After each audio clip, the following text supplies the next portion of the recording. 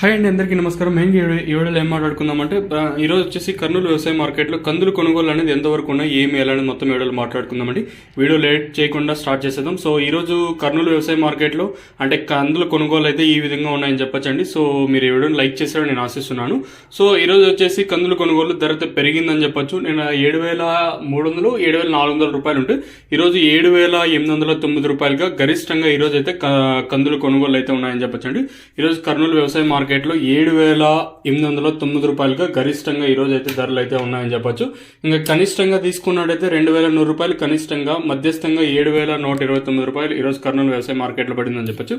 ఇంకా శనగల విషయం మాట్లాడుకున్నట్టయితే కనిష్టంగా 5,333 రూపాయలు ఉంటే గరిష్టంగా ఇక్కడ చూసుకున్నట్టయితే గరిష్టంగా 6,039 రూపాయలుగా శనగల ప్రైజెస్ అయితే ఉన్నాయని చెప్పొచ్చు.